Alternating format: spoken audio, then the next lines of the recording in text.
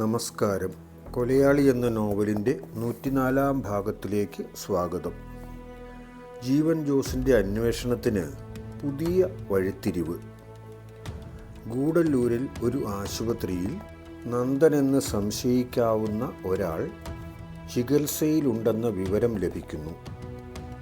നന്ദനെ തേടി ആശുപത്രിയിലെത്തുമ്പോൾ അവിടെ അവരെ കാത്തിരുന്നത് മറ്റൊരു ഞെട്ടിക്കുന്ന സത്യമായിരുന്നു.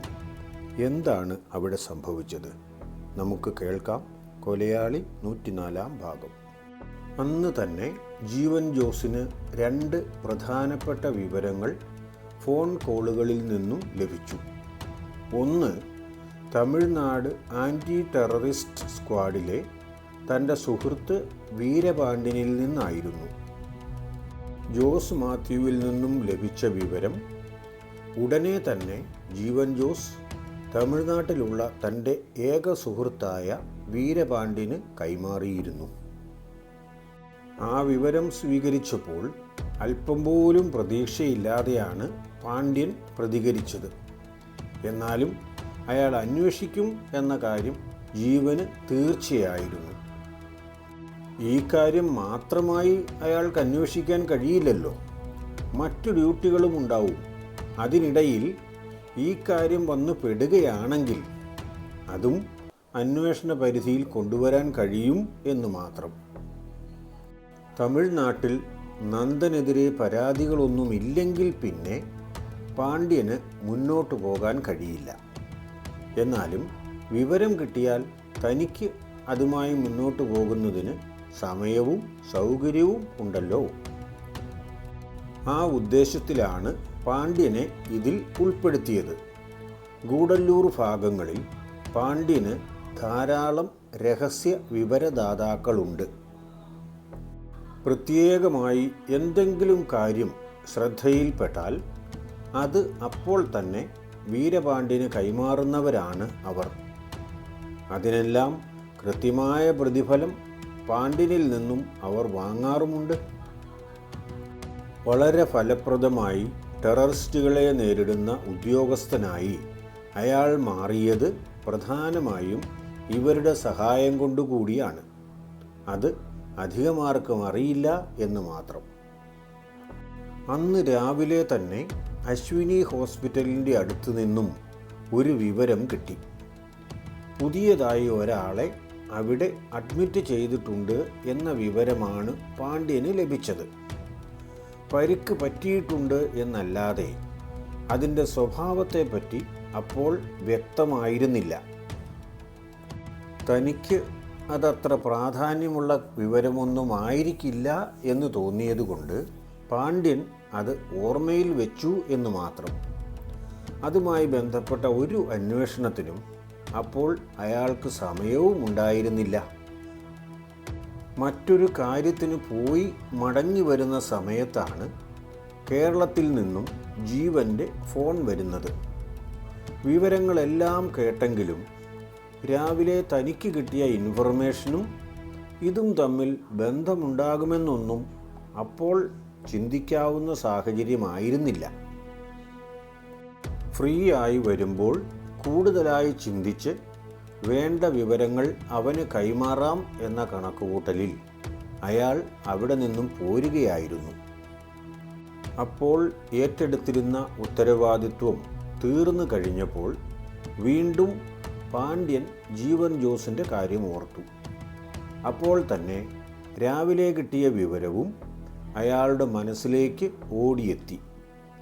ഇത് തമ്മിൽ ബന്ധമുണ്ടോ എന്ന് ഉടൻ തന്നെ പരിശോധിക്കണം. അയാൾ എത്രയും പെട്ടെന്ന് തന്നെ അശ്വിനി ഹോസ്പിറ്റലുമായി ബന്ധപ്പെട്ടു. രാവിലെ അഡ്മിറ്റായ ആളുടെ വിവരങ്ങൾ അന്വേഷിച്ചു. വീരപാണ്ഡ്യനാണ് തിരക്കുന്നത്. വിവരം കൊടുക്കാതിരിക്കാൻ കഴിയില്ലല്ലോ. പക്ഷേ അത് അവരുടെ വിങ്ങിൻ്റെ പരിധിയിൽ വരുന്ന കാര്യമായിരിക്കുമോ എന്ന് മാത്രമേ അവർക്ക് സംശയമുണ്ടായിരുന്നുള്ളൂ.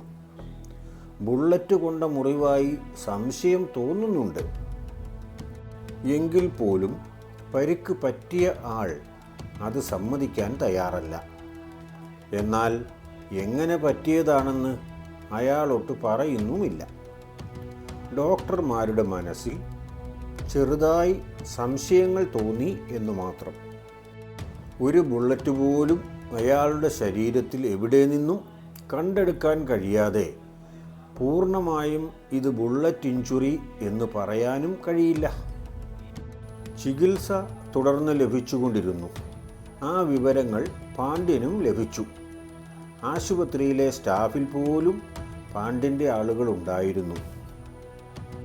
തനിക്കിതിൻ്റെ പിന്നാലെ പോകാൻ സമയം കിട്ടില്ല എന്ന് തോന്നിയതുകൊണ്ട് അപ്പോൾ തന്നെ കിട്ടിയത്രയും വിവരം ജോസിനെ വിളിച്ച് കൈമാറി.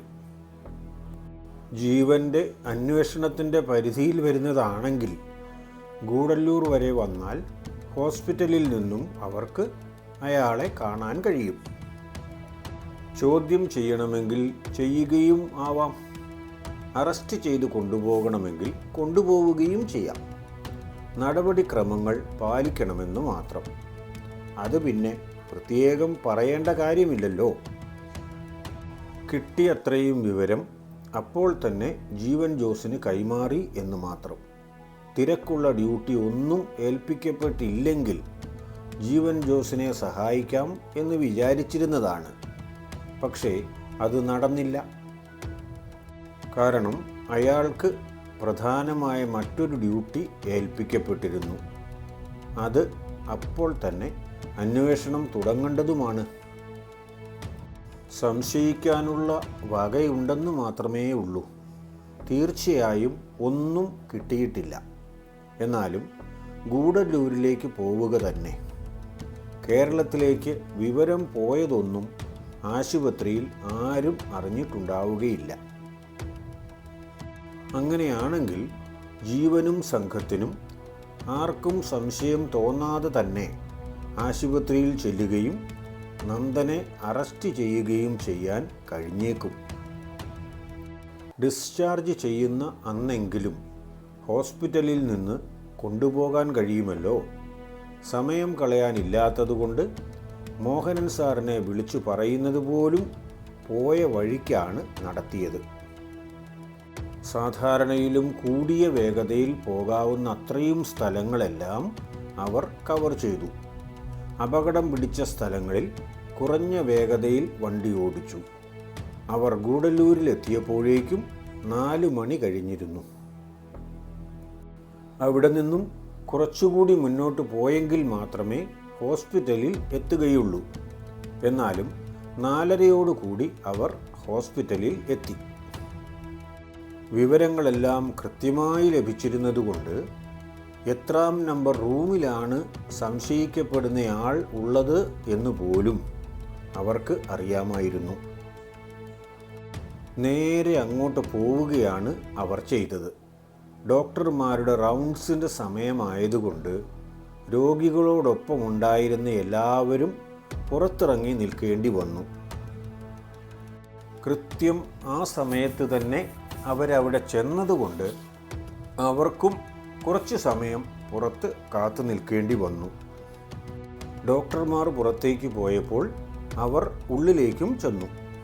അവർ അകത്തേക്ക് ചെല്ലുമ്പോൾ ബെഡിൽ എഴുന്നേറ്റിരിക്കുന്ന നന്ദനെയാണ് കണ്ടത്.